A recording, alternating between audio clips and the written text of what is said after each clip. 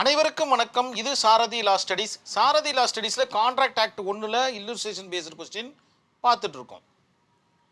So மிக கவனமாக notes எடுத்து வச்சுக்கிங்க. எல்லாமே உங்களுக்கு உபயோககரமானதாக இருக்கும். பிக் கொஸ்டின்லையும் சரி, பார்ட் ஏல கேட்கக்கூடிய அந்த சிறு வினாக்களாக இருந்தாலும் சரி, இதெல்லாம் உபயோககரமாக இருக்கும். நம்மளுடைய சாரதி லா ஸ்டடீஸில் வாட்ஸ்அப் குரூப் ஒன்று ரன் ஆகிட்டு இருக்குது. அதில் இணையணும்னு ஆசைப்பட்டீங்கன்னா இந்த நம்பருக்கு உங்களுடைய ஊர் மற்றும் பெயரை எனக்கு வாட்ஸ்அப் டெக்ஸ்ட் பண்ணுங்கள். நான் குழுவில் இணைச்சிடுறேன். உங்களுடைய சந்தேகங்களை தீர்க்கும் வண்ணமாகவும் நேரடி பயிற்சி வகுப்புகளுக்கும் இது உதவிகரமாக இருக்கும் நான் நம்புகிறேன். நான் நேரடியாக அந்த இல்லுஸ்ட்ரேஷன் கிட்ட போயிடுறேன். மிக கவனமாக பார்க்கணும். நீங்கள் எந்த டாப்பிக்கில் இந்த இல்லுஸ்ட்ரேஷன் கவர் ஆகுதுன்றதை நீங்கள் அனலைஸ் பண்ணிக்கிட்டே இருக்கணும். குறைஞ்சபட்சம் 10 டாப்பிக்காவது உங்கள் மனசில் நிலை நிறுத்திக்கிங்க. உங்களுக்கு 2 உதவிகரமாக இருக்கும். 2 எழுதுனா போதும், நீங்கள் அருமையான மதிப்பெண்களை பெற்று அடுத்த செமஸ்டருக்கு மூவ் ஆன் ஆயிடலாம். Rama promised to Sita. ராமா என்ன பண்ணுறாரு? சீதா கிட்ட ப்ராமிஸ் பண்ணுறாரு, என்னுடைய தகப்பனார் இறந்த பிறகு உன்னை திருமணம் செய்து கொள்கிறேன் என்று. அழகாக தமிழில் இருக்குது, பார்த்துக்குங்க. ஆனால் என்ன பண்ணுறாரு ராமா அப்படின்னு பார்த்தீங்கன்னா, திடீர்னு சும்மாவை மேரேஜ் பண்ணிடுறாரு. when his father was alive, அவங்க அப்பா உயிரோடு இருக்கும் பொழுதே சும்மாவை மேரேஜ் பண்ணிடுறாரு. ஆனால் சீதாக்கு என்ன வாக்குறுதி கொடுத்தார்? அவர் என்னுடைய தகப்பனார் இறந்த பிறகு நான் உன்னை மேரேஜ் பண்ணிக்கிறேன்னு வாக்குறுதி கொடுத்தாரு. அந்த வாக்குறுதியை மீறிட்டார். Sita want to sue Rama for breach of contract. Sita பார்த்தீங்கன்னா ராமா மேலே வழக்கு தொடர முடியுமா ப்ரீச் ஆஃப் கான்ட்ராக்டுக்கு எதிராக, ஃபேவராக அப்படின்ற மாதிரி ஒரு கொஸ்டின் கேட்டிருக்காங்க. அட்வைஸ் சீதா. உங்களுடைய அட்வொகேட் ஆஃபீஸில் சீதான்றவங்க உட்காந்து இந்த மாதிரி செனாரியை சொன்னாங்கன்னா நீங்கள் என்ன சீதாக்கு அட்வைஸ் பண்ணுவீங்கன்றது தான் இந்த கொஸ்டினுக்கு உண்டான கான்செப்ட். இதை தான் நீங்கள் உங்களுடைய ஆன்சர் ஷீட்டில் எழுத போகிறீங்க. இது முழுக்க முழுக்க உங்களுக்கான பகுதி. இது நல்லா தெளிவாக எலாபரேட்டாக உங்களுக்கு வேல்யூவேஷன் பண்ணுறவங்களுக்கு புரிகிற மாதிரி எழுதுங்க. சும்மா புத்தகத்தில் இருக்கிறத அப்படியே மக்கப் பண்ணிட்டு எழுதுறதுல எந்தவித பிரயோஜனமும் கிடையாது. அது உங்களுக்கு எக்காலத்துக்கும் உதவி செய்யாதுன்றதை நினைவில் வச்சுக்கிங்க. ஏன்னா நீங்கள் படிக்கக்கூடிய படிப்பு அந்த மாதிரி. உங்களுடைய எண்ணங்கள் பார்த்தீங்கன்னா பல ஆங்கிளில் அப்படியே மாதிரி ரன் ஆகிக்கிட்டே இருக்கணும். நான் இந்த இல்லுஸ்ட்ரேஷனை வச்சு நான் இஷ்யூஸை ஃப்ரேம் பண்ணுறேன் பாருங்கள். ஏதோ என்னால் முடிஞ்ச இஷ்யூஸை நான் ஃப்ரேம் பண்ணியிருக்கேன்.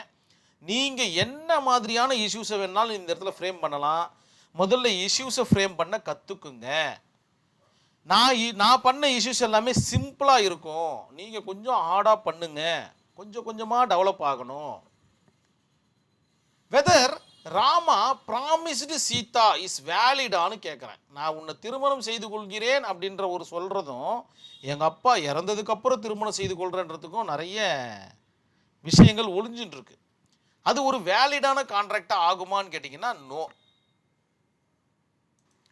Weather Rama married Suma is வேலிடான்னு கேட்குறேன். திடீர்னு பார்த்தீங்கன்னா ராமா பார்த்தீங்கன்னா சுமாவை மேரேஜ் பண்ணிட்டாரு. அது வேலிடா?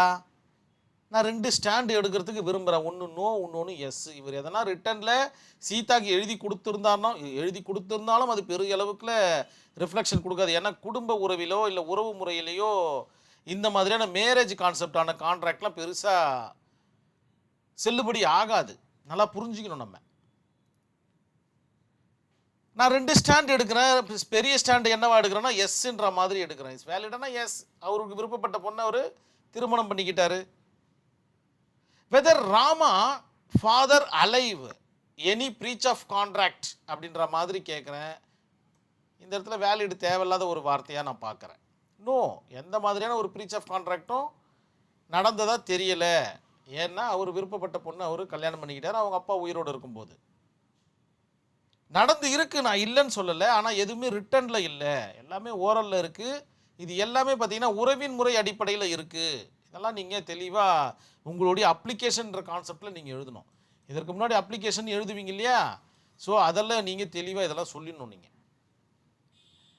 வெதர் சீதா சுயிட் அகெயின்ஸ்ட் ராமா, சீதாவால் ராமாவுக்கு எதிராக வழக்கு தொடர இயலுமா அப்படின்ற மாதிரி ஒரு கொஸ்டின் கேட்குறேன். இயலாது, நோ, முடியாது. அதன் பிறகு வரக்கூடிய கான்செப்ட் எல்லாம் படிக்கும்போது மிக அற்புதமாக நம்மளுக்கு புரிய வரும். இன்வால்வ்டு செக்ஷன் 2H தெரியும் உங்களுக்கு. இந்த இடத்துல தான் கான்ட்ராக்ட் பார்த்தீங்கன்னா என்ஃபோர்ஸ் ஆகி ஃப்ரேம் ஆகி சும்மா தெளிவாக நிற்கிது கான்ட்ராக்ட். செக்ஷன் 10 எந்த அளவுக்கு ஒரு வேலிட் கான்ட்ராக்டை சொல்லுதோ அதே போல் செக்ஷன் 2H பார்த்தீங்கன்னா ஒரு வேலிட் கான்ட்ராக்டை ரிஃப்ளெக்ட் பண்ணி சொல்லுது.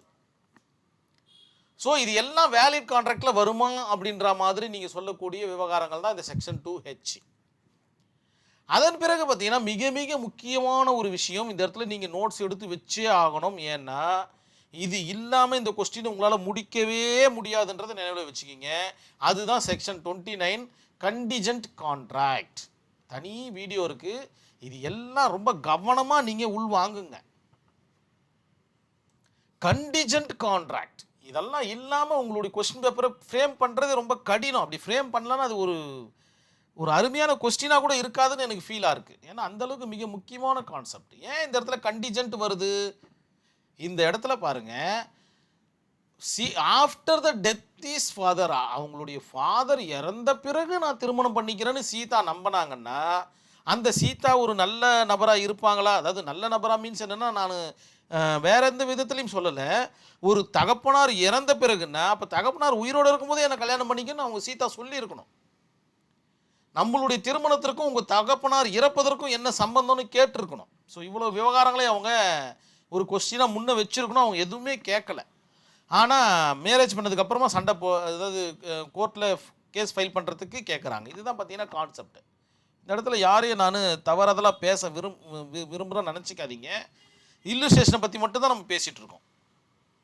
ஸோ அன்சர்டைன் ஈவெண்ட், எந்த ஒரு விவகாரங்கள் நடக்கும் அல்லது நடக்காது, இந்த மாதிரி 2 கான்ட்ராக்டை டச் பண்ணிக்கிட்டு போதும், அதெல்லாம் பார்த்தீங்கன்னா கண்டிஜென்ட் கான்ட்ராக்ட்.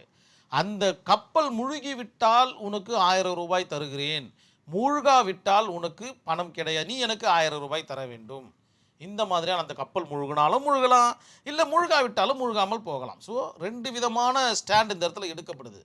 அதுதான் இந்த இடத்துல ஆஃப்டர் டெத் இஸ் ஃபாதர், அவங்க ஃபாதர் இறக்கலாம் அல்லது இறக்காமலும் போகலாம். திடீர்னு 100 வயசு வரைக்கும் வாழ்ந்துட்டாருன்னா இவங்களுக்கு கிட்டத்தட்ட 50 வயசு ஆகிடும்.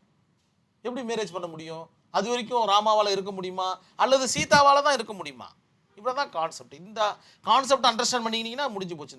இந்த இல்லுஸ்ட்ரேஷன் புரிஞ்சிடும்.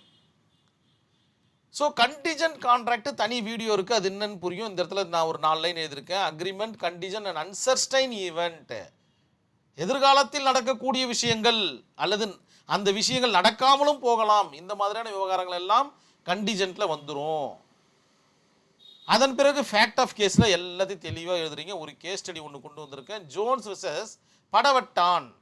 1969 நடந்த ஒரு வழக்கு என்ன சொல்ல வருது அப்படின்னு பார்த்தீங்கன்னா, நல்லா புரிஞ்சுக்கிங்க. குடும்ப உறவுகள், திருமணம் போன்ற தொடர்பான ஒப்பந்தங்கள் நீதிமன்றத்தில் அமல்படுத்த இயலாதவை. நீங்கள் டிவோர்ஸ் கோர்ட்டில் போய் ஃபேமிலி கோர்ட்டில் போய் பார்த்தீங்கன்னா தெரியும், பெருசாக அந்த இடத்துல எதுவுமே செய்ய முடியாது. அவர் விருப்பம் வாழணும்னு ஆசைப்படுறாரு, ஒருத்தர் வாழக்கூடாதுன்னு ஆசைப்படுறாருன்னா பெருசாக ஆனரபிள் கோர்ட்டால் ஸ்டாண்ட் எடுக்க முடியாது. மீடியேஷனுக்கு அனுப்புவாங்க, வாழுன்னு சொல்லுவாங்க, இல்லைன்னா அப்படியே சைலண்ட்டாக ஒரு மாதிரி ட்ராவல் ஆகிட்டு இருக்கும். பெருசாக என்ஃபோர்ஸ் பண்ண முடியாது அந்த இடத்துல. ஏன்னா ஃபேமிலி ரிலேஷன்ஸ், அதெல்லாம் குடும்ப உறவுகள்.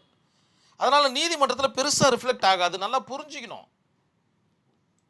நம்மக்கிட்ட வரவங்க எல்லாருமே இன்னும் ஒரு டிவோர்ஸ் வாங்கி தரல, நம்மளை ஏமாத்துறாருன்னு நினச்சிட்டு இருப்பாங்க. அதெல்லாம் கிடையாது. இதுதான் கான்செப்டும் கூட. டிவோர்ஸ்லாம் உடனே வாங்கி கொடுக்க முடியுமா? 2 பேரும் ஒத்து போயிட்டாங்கன்னா பிரச்சனை கிடையாது. இல்லைன்னா ஒரு வலுவான ஆதாரங்கள் இருந்துச்சுன்னா டிவோர்ஸ் வாங்கிடலாம். இல்லைன்னா எப்படி வாங்க முடியும்? அப்படியே கேஸ் இழுத்துக்கிட்டே தான் இருக்கும். கிளைண்ட்டு புரிஞ்சிக்க மாட்டாங்க. நல்லா புரிஞ்சிக்கணும். நம்ம இந்த இடத்துல சொல்லப்பட்டிருக்கு பாருங்க. ஆனால் உறுதியான சான்றுகள் இருந்தால், என்ன உறுதியான சான்றுகள்? ராமா சீதாவை மேரேஜ் பண்ணிக்கிறேன்ற ஒரு உறுதியான சான்றுகள், அது எழுத்து மூலமாகவோ அல்லது வீடியோ அல்லது ஆடியோ மூலமாகவோ உறுதியான சான்றுகள் இருந்தால் மன உளைச்சலுக்கான நஷ்ட ஈடு, டேமேஜஸ் கோர முடியும் அல்லது முயற்சி செய்யலாம். புரிஞ்சிருக்கும் நான் நம்புகிறேன். இதோடு நான் இந்த வீடியோவை கம்ப்ளீட் பண்ணிக்க ஆசைப்பட்றேன். நன்றி, வணக்கம்.